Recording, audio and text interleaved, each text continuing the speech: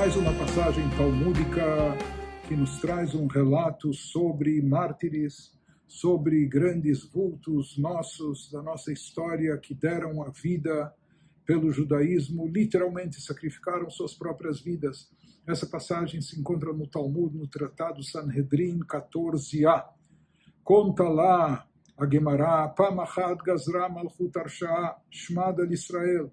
Naquela época houve um momento quando o Império Romano decretou leis contrárias ao estudo e à prática do judaísmo, proibindo, eles queriam acabar com o judaísmo, proibindo que os judeus estudassem Torá e praticassem as mitzvot.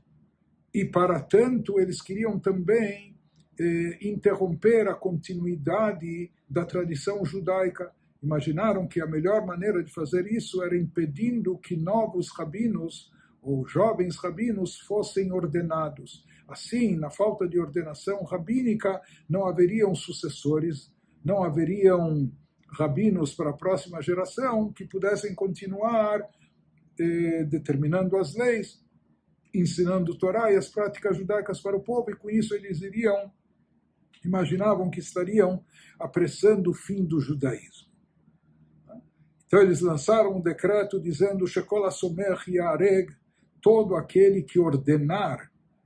Em geral, jovens rabinos recebem ordenação rabínica de rabinos mais velhos, mais experimentados. Então o decreto consistia no seguinte: todo aquele que ordenar outros, ordenação rabínica, será morto.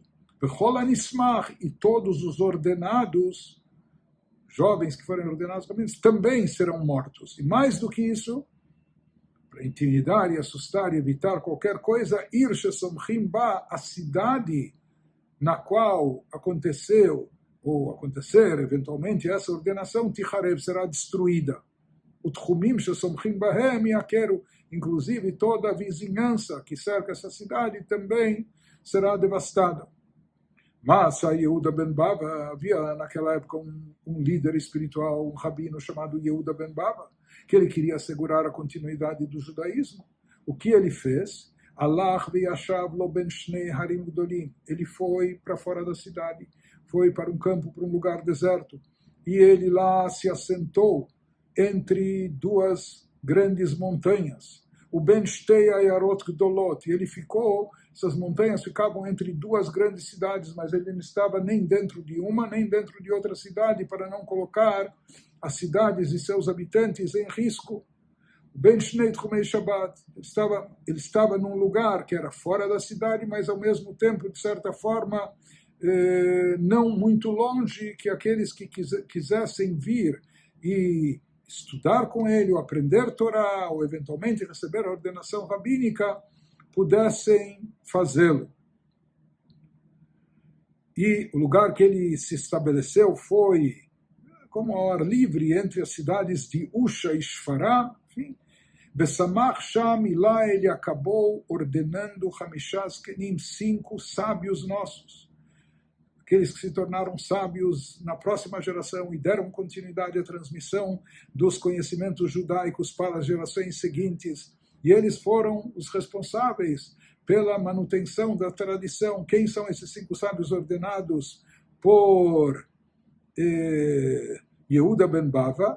Foram eles Rabi Meir, o Rabi Meir Balanés, enfim, Rabi Yehuda Bar Ilai, Rabi Yossi Halafta, Rabi Shimon Bar Yochai, queria se tornar também famoso por ser o autor do Zohar, da obra esotérica mística da Torá, além de todas as passagens talmúdicas, toda a Mishnah que ele participa, Berab Elazar ben Shamua. Em outras palavras, 5 grandes rabinos, 5 vultos enormes e gigantescos. Eles receberam a ordenação rabínica, foram credenciados, o que significa que Yehuda ben Bava passou a eles todos os ensinamentos necessários para que eles pudessem continuar legislando, transmitindo os ensinamentos e as leis, etc.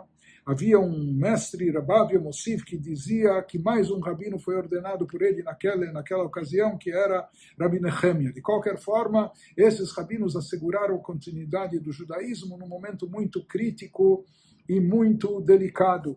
Continua relatando o Talmud e nos diz que quando os inimigos identificaram o que estava acontecendo, perceberam e descobriram o local onde ele ensinava a Torá e etc. Quando o governo antissemita descobriu o que acontecia, então mandaram tropas para executarem todos os envolvidos.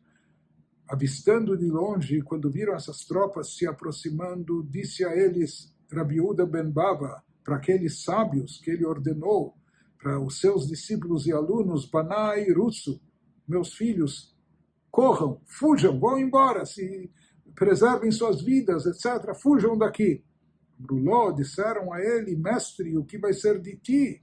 Beatá, o que vai acontecer contigo? Porque ele era idoso, já era velho, ele não tinha forças para correr e fugir como os mais jovens. Ele retrucou e disse a eles, Hareni mutal lifneihem ke'eben shein la hofchim. Eu sou para eles, eu estou aqui inerte como uma pedra que não sai do lugar, que não pode se mexer.